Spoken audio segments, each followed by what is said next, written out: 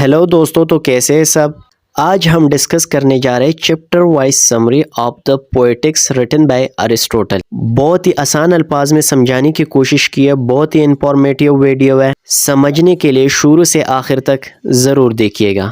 Chapter wise summary को start करने से पहले थोड़ा बहुत इंट्रोडक्शन करवाते हैं अरिस्टोटल के कि अरिस्टोटल 384 को पैदा हुए एंड 322 को इसकी डेथ हुई। अरिस्टोटल एक ग्रीक फिलासफर, इंटेलेक्चुअल, साइंटिस्ट और क्रिटिक थे।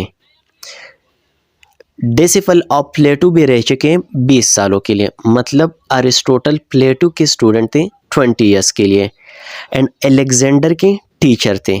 एंड प्लेटो ने अरिस्टोटल को जो है अपने एकेडमी के ब्रेन समझा करते थे क्योंकि ये बहुत ही ज़हीन इंसान थे। एंड अरिस्टोटल का जो वर्क है वो मॉडिफिकेशन है मोस्टली इंस्टेड ऑफ रिजेक्शन, मतलब उसने किसी के काम को ज़्यादातर रिजेक्ट नहीं किया लेकिन उसमें मॉडिफिकेशन की है। तो ये तो थी थोड़ा बहुत अरिस्टोटल के बारे में। अब शुरू करते चैप्टर वाइज समरी। अब अरिस्टोटल की ये जो किताब है द पोएटिक्स, ये बेसिक प्रिंसिपल के साथ डील करती है।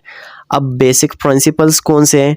वो है tragedy, comedy, poetry and epic poetry. तो सबसे पहले डिस्कस करते चैप्टर 1। चैप्टर 1 में जो है अरिस्टोटल का जो मेन फोकस रहा है वो रहा है इमिटेशन पे। इमिटेशन मतलब कॉपी। अब copy of what?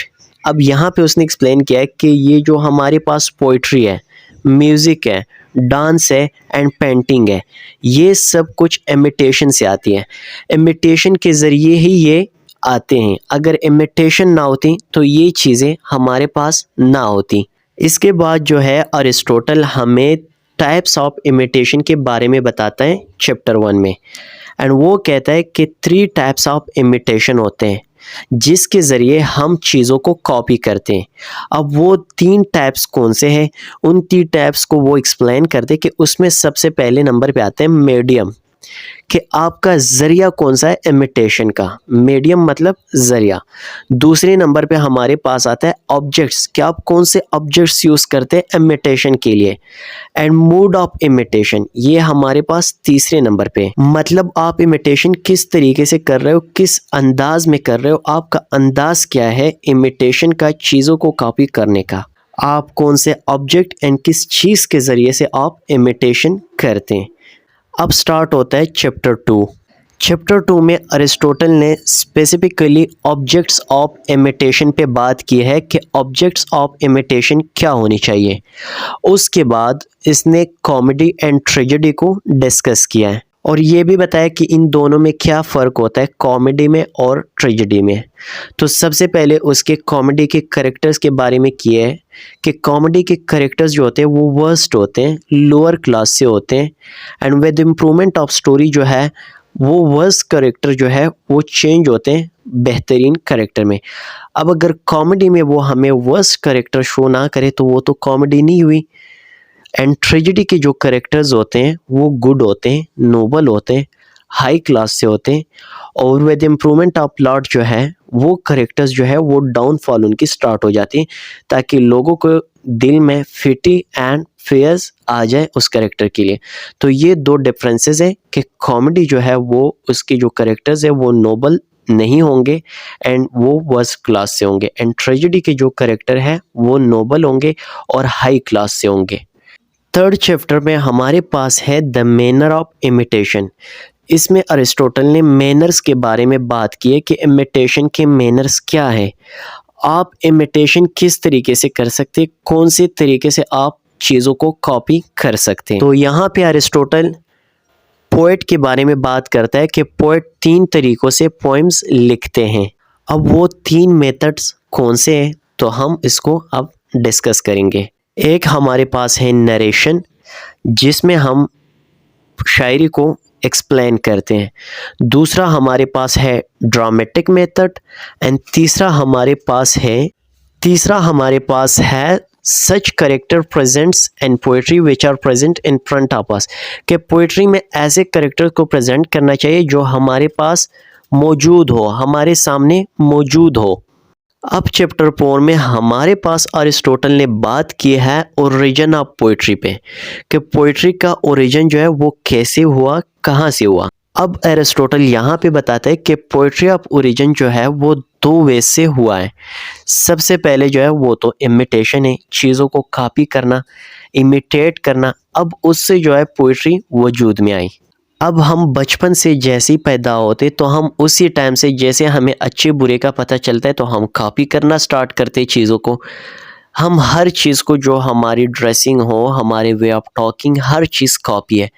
And Aristotle कहता है कि इसी तरह जो है पोइट्री वो भी कॉपी करने के साथ ही आया है। हम इमिटेट करते चीज़ों को, और जैसे ही हम इमिटेट करते तो हम खुशी फील करते जब किसी की चीज़ों को हम कॉपी करें। एंड सेकंड जो रीज़न बताता है वो है रिदम, कि रिदम के साथ हमारी लव है, प्यार है, और उसमें हम इंटरेस्टेड हैं। अगर हम रिदम के साथ प्यार ना करते तो ये पोइट्री वजूद में ना आती। लेकिन जिस चीज़ में रिदम होता है हम उन चीज़ों को बहुत अच्छे तरीके से एंजॉय करते हैं। तो रिदम और रिदम में प्यार और उसके साथ इंटरेस्ट, इन चीज़ों की वजह से पोइट्री वजूद में आई एंड ओरिजिन ऑफ पोइट्री हुआ है। अब चैप्टर 5 में Aristotle comedy and difference between epic poetry and tragedy, इसके बारे में बात करते हैं कि कॉमेडी क्या चीज़ है एंड एपिक पोइट्री और ट्रेजेडी के बीच क्या डिफरेंसेस है। अब कॉमेडी के बारे में अरिस्टोटल कहता है कि कॉमेडी के जो कैरेक्टर्स है वो लोअर क्लास से होंगे हमेशा, क्योंकि लोअर क्लास से नहीं होंगे तो लोग तो उसका मजाक नहीं बना सकते। अब लोअर क्लास का यहाँ पे अरिस्टोटल ने कहा है कि लोअर क्लास मतलब गरीब नहीं, लेकिन उसका जो करेक्टर है वो इतना बदसूरत होगा कि लोग उसको देख के उनको हंसी आए। तो इस वजह से जो है कॉमेडी के करेक्टर्स लोअर क्लास से होनी चाहिए। दूसरी बात यह है कि वो जो लोअर क्लास का करेक्टर है कॉमेडी का, स्टोरी के इम्प्रूवमेंट के साथ उसमें बेहतरी आएगी और वो वर्स्ट करेक्टर जो है वो बेटर करेक्टर में चेंज होगा। अब यहाँ पे जो है अरिस्टोटल अब एपिक पोएट्री और ट्रेजेडी के बारे में बात करते हैं कि उन दोनों के बीच क्या डिफरेंसेस हैं। तो अरिस्टोटल कहता है कि जो ट्रेजेडी है वो ड्रामेटिक फॉर्म में होगी एंड जो एपिक पोएट्री है वो नरेशन में। सही है। ट्रेजेडी जो है वो लिमिटेड होगी एंड एपिक पोएट्री की कोई लिमिट नहीं है। ट्रेजेडी जो है वो परफॉर्म होती है एंड एपिक पोएट्री जो है वो नरेट की जाती है। ट्रेजेडी में जो है different type of meters use होते हैं एंड एपिक में जो है वो सिर्फ एक टाइप का मीटर यूज़ होता है और वो है हेक्सामीटर। अब अरिस्टोटल कहता है कि ट्रेजेडी में जो है हमें 6 टाइप ऑफ एलिमेंट्स मिलते हैं। वो हमारे पास है प्लॉट, कैरेक्टर, डिक्शन। डिक्शन जो है वो choice of words, thought, song and spectacles, सजावट। ये हमें ट्रेजेडी में मिलता है, जो कि एपिक पोएट्री में हमें ये चीज़ें देखने को नहीं मिलते। एपिक ट्रेजेडी जो है वो लॉन्ग होती है एज कम्पेयर फ्रॉम ट्रेजेडी। अब चैप्टर 6 में जो है अरिस्टोटल डिफिनीशन ऑफ ट्रेजेडी, उसके टाइप्स और डिफरेंट एलिमेंट्स के बारे में बात करते हैं। अरिस्टोटल कहता है कि ट्रेजेडी जो है वो कंप्लीट होगी एंड सीरियस होगी एंड ट्रेजेडी जो है वो ड्रामेटिक मैनर में लिखा जाएगा जिसके साथ लोगों के दिलों में पेटी एंड फेयर आ जाए। अब आगे अरिस्टोटल एलिमेंट्स ऑफ ट्रेजेडी के बारे में बात करते हैं कि एलिमेंट्स ऑफ ट्रेजेडी जो है वो 6 है एंड वो है plot, character, thought, spectacles, music and diction. Diction mean choice of words and ये सारी चीज़ें जो है ये ट्रेजेडी में ये 6 एलिमेंट्स मैटर करती है। अब चैप्टर 7 में अरिस्टोटल जो है प्लॉट स्ट्रक्चर के बारे में बात करता है कि प्लॉट का जो स्ट्रक्चर है वो कैसे होना चाहिए। तो प्लॉट में जो है बिगिनिंग, मिडल एंड एंडिंग, ये चीज़ें मस्ट होनी चाहिए। अगर ये चीज़ें प्लॉट में ना हो तो प्लॉट जो है वो कंप्लीट नहीं है। एंड अगर आपका प्लॉट स्ट्रक्चर जो है वो इसी तरीके से है, बिगिनिंग, मिडल, एंडिंग, तो इससे जो है ऑब्वियसली रीडर के दिल में पेटी एंड पेयर क्रिएट होगा एंड आपका वर्क जो है वो सक्सेसफुल होगा। आपका वर्क का जो एम है वो सक्सेसफुल रहेगा। अब चैप्टर 8 में अरिस्टोटल जो है प्लॉट यूनिटी के बारे में बात करता है कि यूनिटी का प्लॉट जो है वो कितना इम्पोर्टेंट है यूनिटी मतलब प्लॉट में जो है सीक्वेंस होना चाहिए, एंड किसी भी ट्रेजेडी में लिखते हुए यूनिटी ऑफ प्लॉट मस्ट होना चाहिए। एंड आगे ये भी कहता है कि अगर आपके वर्क में जो है यूनिटी ऑफ प्लॉट ख़राब होता है तो आपका पूरा का पूरा वर्क जो है वो ख़राब हो जाएगा, क्योंकि यूनिटी ऑफ प्लॉट नहीं रहेगी तो आप जो है अपने वर्क से पेटी एंड पेयर किसी के दिल में क्रिएट नहीं कर सकते। अब चैप्टर 9 में Aristotle difference between poetry and history के बारे में बात करते हैं कि इन दोनों के बीच जो है क्या डिफरेंसेस हैं। सो अरिस्टोटल कहता है कि पोइट्री जो है वो फिलॉसफिकल है, फलसफियाना है, एंड थीम ऑफ पोइट्री जो है वो यूनिवर्सल है।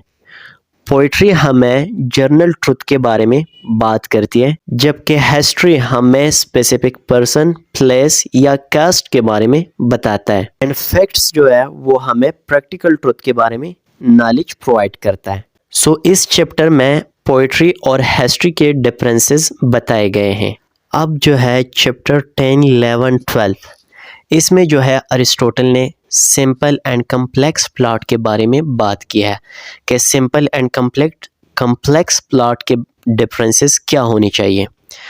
अब सिंपल प्लॉट क्या चीज़ है? सिंपल प्लॉट में हमें ये पता होता है कि कैरेक्टर्स जो है अब क्या करने वाले हैं, एंड कैरेक्टर के जहन में क्या बात है, वो क्या सोच रहा है। एंड कम्प्लेक्स प्लॉट में हमें जो है कैरेक्टर का पता नहीं होता, कम्प्लेक्सिटीज़ होती है वहाँ पे, एंड यहाँ पे जो है ट्विस्ट पे ट्विस्ट आता है।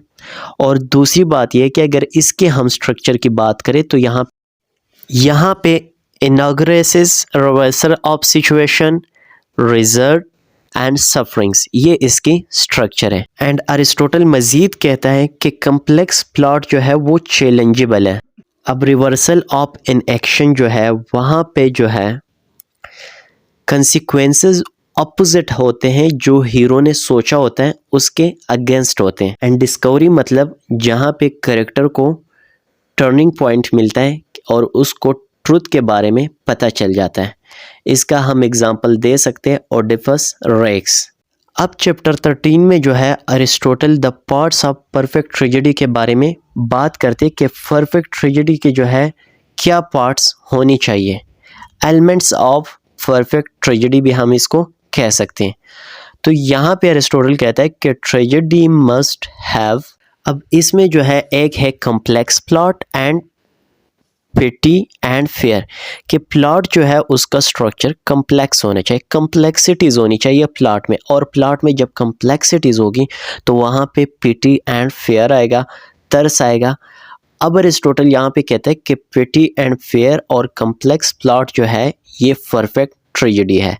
अब अगर इसमें से कोई भी नहीं है तो आपकी ट्रेजेडी परफेक्ट नहीं है। एंड अरिस्टोटल मज़ीद कहता है कि मुझे ऐसा प्लॉट चाहिए जहाँ पे करेक्टर जो है अच्छी सिचुएशन से जो है मतलब जो बेहतरीन पोजीशन में हो, बहुत साउंड लैब से जो है वो एडवर्सिटीज़ की तरफ चले जाए। तो अरिस्टोटल कहते हैं कि मुझे ऐसा प्लॉट चाहिए।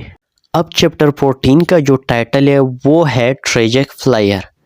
अब यहाँ पे जो है ट्रेजिक फ्लायर में बारे में बात की गई है, एंड एम ऑफ ट्रेजेडी बताया गया है अरिस्टोटल ने। एंड अरिस्टोटल के लिए जो है वो ट्रेजिक फ्लायर जो है वो क्रिएट करना है पेटी एंड फेयर। अगर ये है तो ये जो है ट्रेजिक फ्लायर है, अगर ये नहीं है तो अरिस्टोटल के लिए ये ट्रेजिक फ्लायर नहीं है। और वो कहते हैं कि ऐसे पेटी एंड फेयर क्रिएट करे कि लोग उसको दिलों में महसूस करें, और ये जो है अरिस्टोटल का एम है कि पेटी एंड फेयर ये मस्ट होनी चाहिए ट्रेजेडी में। अब ये पेटी एंड फेयर कैसे क्रिएट होगा? जब ट्रेजिक एक्सीडेंट्स उन कैरेक्टर्स के बीच में हो तो उससे लोगों के दिलों में फेटी एंड फेयर क्रिएट होगा। एंड नोबल मैन जो है जो साउंड सिचुएशन से ख़राब हालात की तरफ जाता हो तो लोग उसके लिए तरस फील कर रहे होंगे। अब चैप्टर 15 में अरिस्टोटल जो है वो एसेंशियल ऑफ ट्रेजिक कैरेक्टर के बारे में बात करते हैं कि ट्रेजेडी का जो कैरेक्टर हो इसके लिए क्या होना ज़रूरी है। तो उसको हम डिस्कस करते हैं अब वन बाय वन। सबसे पहले नंबर पे जो हमारे पास है वो है गुडनेस, कि उसमें जो है जो करेक्टर है उसमें अच्छाई होनी चाहिए, अच्छा हो, सोसाइटी के सामने जो है उसके एक अच्छी रेपुटेशन हो, लोग उसको अच्छी नज़र से देखता हो और लोग उसको जानते हो। अगले नंबर पे जो करेक्टर है वो कहता है कि ट्रू टू लाइफ, करेक्टर जो है सच्चा होना चाहिए, रियल ज़िंदगी जो है रियल लाइफ से उसका ताल्लुक़ हो। अगले नंबर पे आता है कंसिस्टेंसी, के करेक्टर में कंसिस्टेंसी मुस्तकिल मिजाजी होनी चाहिए, अगर ये नहीं है तो ये गुड ट्रेजिक करेक्टर में नहीं आता। एंड ये अपने काम को मुस्तकिल मिजाजी के साथ करें, अगर इससे काम नहीं होता फिर भी ये दिल ना हारे बल्कि उस काम को फिर भी निभाए, उस पर पूरा होने की कोशिश करे और पूरा उतरे उस पे। अब चैप्टर 16 जो है वो काइंड्स ऑफ रिकग्निशन है, कि रिकग्निशन के काइंड्स क्या है। रिकग्निशन का ग्रीक में मतलब है ignorance to knowledge, and recognition का मतलब है जो करेक्टर अपने आप की पहचान करता है, जो ट्रू उसकी आइडेंटिटी होती है उसको पहचानता है, तो उसको कहते हैं कि रिकग्निशन कंप्लीट हुआ। इसका बेस्ट एग्जांपल जो है वो ओडिपस रेक्स है, जिसमें ओडिपस रेक्स को पता चलता है कि मैंने जिस बंदे को मारा था वो तो मेरा बाप है, एंड जिस औरत से मैंने शादी किया वो मेरी माँ है। तो यहाँ से उसको ओडिपस रेक्स को अपनी असल आइडेंटिटी का पता चल जाता है। एंड अरिस्टोटल कहता है कि प्लॉट में रिकग्निशन का होना ज़रूरी है, रिकग्निशन के अलावा प्लॉट जो है वो इनकम्प्लीट है। अब यहाँ पे जो है काइंड्स ऑफ रिकग्निशन बताए गए हैं, तो वो है recognition by signs, recognition by turn of incidents, recognition by poets, recognition by memory, recognition by the process of reasoning and recognition through incidents or actions। इसके ज़रिए जो है राइटर को रिकग्निशन हो जाती है, अपनी आइडेंटिटी का पता चल जाता है। अब चैप्टर 17 में जो है practical rules for tragic poet के बारे में बात की है, उसके लिए प्रैक्टिकल रूल्स बताए गए हैं। अरिस्टोटल कहता है कि अगर पोएट कुछ लिखना चाहता है तो वो डायरेक्टली ना लिखे, पहले उसको चाहिए कि वो उस चीज़ को इमेजिन करे, इमेजिन करने के बाद जो है उसको फील करे, उन इमोशंस को खुद ही उसको फील करे जो वो लिखना जा रहा है। और अगर पोएट उन इमोशंस को फील करके खुद ही इस एक्सपीरियंस से गुज़र जाता है तो वो बेहतरीन ट्रेजिक पोइट्री होगी, एंड वो जो है एक बेहतरीन ट्रेजिक पोएट होगा। चैप्टर 18 में जो है practical suggestion for writing a tragedy, ये इसके टाइटल है।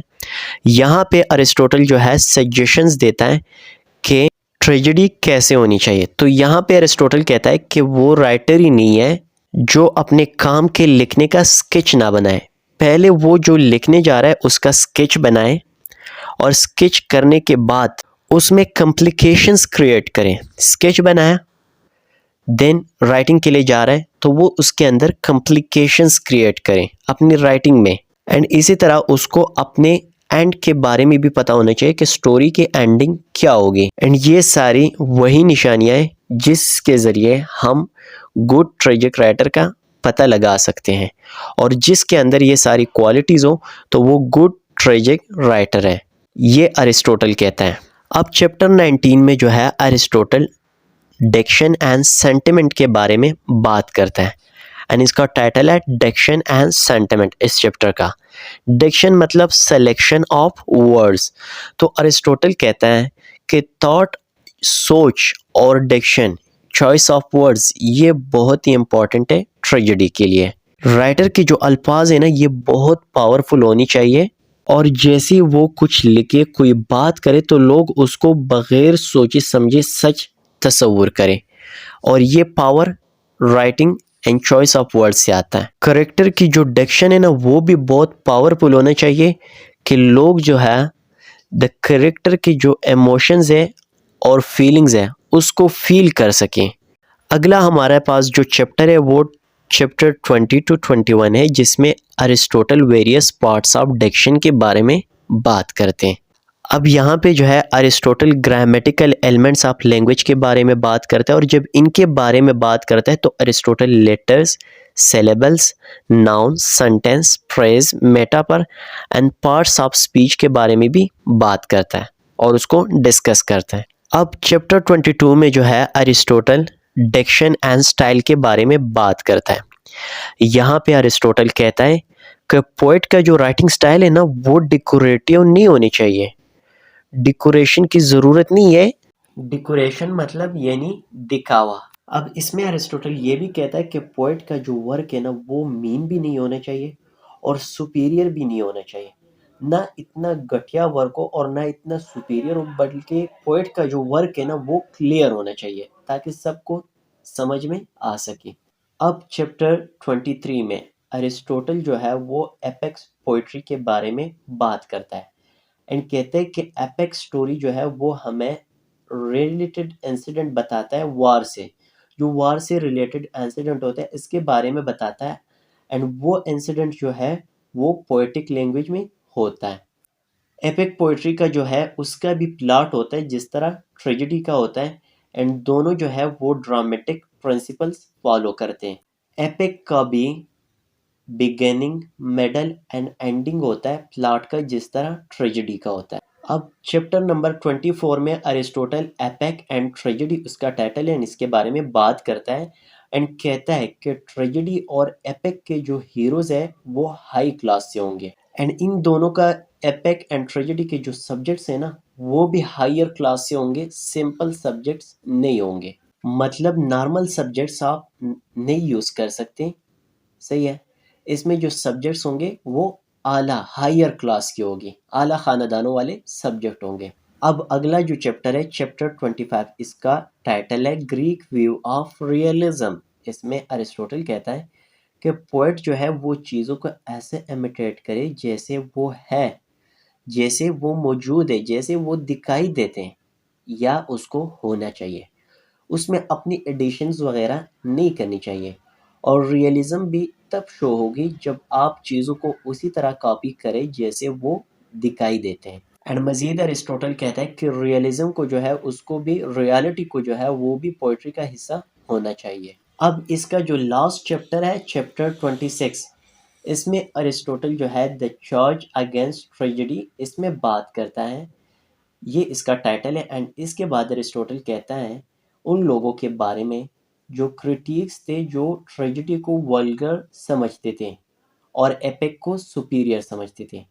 लेकिन यहाँ पे अरिस्टोटल कहता है कि ट्रेजेडी जो है वो एपिक से सुपीरियर है क्योंकि सेक्स एलिमेंट्स और ट्रेजेडी जो है वो एपिक लेती है किससे, ट्रेजेडी से। एलिमेंट्स जो है किसके, ट्रेजेडी के, एपिक के तो नहीं है, लेकिन एपिक जो है ट्रेजेडी से लेते हैं वो सेक्स एलिमेंट। तो इसी वजह से अरिस्टोटल कहता है कि ट्रेजेडी जो है वो सुपीरियर है एपिक से। होप सो कि आप लोगों को मेरी ये वीडियो पसंद भी आएगी, समझ भी आएगा। अगर अभी तक आपने मेरे चैनल को सब्सक्राइब नहीं किया है तो चैनल को सब्सक्राइब ज़रूर कीजिए। और अगर आप सिर्फ समरी देखना चाहते हैं तो मेरे चैनल में अवेलेबल है द पोएटिक्स की सिर्फ समरी बहुत ही आसान अल्फाज में, तो विज़िट ज़रूर कीजिए। शुक्रिया।